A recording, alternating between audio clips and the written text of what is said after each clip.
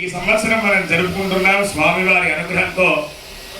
మరి ఇక్కడ మన శ్రీ రామభద్ర క్షేత్రంలో ఈ యొక్క యాగాన్ని చూస్తూ ఉంటే ఇది నాకున్నటువంటి అనుభవంలో ఋత్వికులందరూ అదే అంటున్నారు, అయ్యా ఇది సహస్ర చండీగా లేదండి, అయుత చండీ మహాయాగంలాగా దీని యొక్క స్వరూపం కనిపిస్తుంది అని మరి అమ్మవారే చక్కగా మనందరి మనస్సుల్లోకి చేరి అయుత చండీ యాగాన్ని కూడా మనము చేసేంత శక్తిని, యుక్తిని, బలాన్ని చాలా శీఘ్రంగా మనందరికీ ప్రసాదించాలని మీరందరూ గమనిస్తే ఈ సప్తశతీ హవనములో 13వ అధ్యాయంలో అమ్మవారు ఈ యొక్క వైశ్యుడికి ఆ సమాధి ఆ రాజుకి కూడా వరప్రదానాన్ని చేస్తుంది.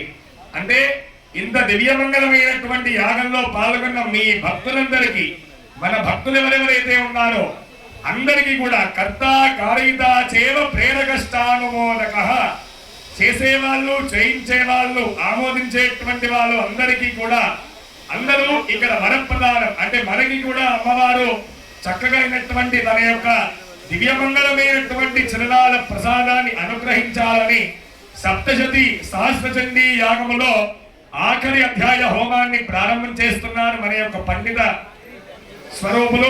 అందరూ కూడా ఈ యొక్క 13వ అధ్యాయాన్ని భక్తి శ్రద్ధలతో విని అమ్మవారి యొక్క ద్వాదశోధ్యాయ విధిష్టత ఏంటి అంటే 11వ దానికి నారాయణి స్తుతి. అమ్మవారు చక్కనైనటువంటి యుద్ధాన్ని మొత్తం కూడా పూర్తి చేసిన తర్వాత ఈ యొక్క ద్వాదశోధ్యాయంలో అమ్మవారిని స్తుతించడము ఇత్యాది వరప్రదానాలు కూడా ప్రారంభమవుతున్నాయి. అందరూ కూడా చక్కగా ఈ యొక్క హోమంలో పాల్గొనాలని కోరుతున్నాము. శ్రీమాత్రే నమః.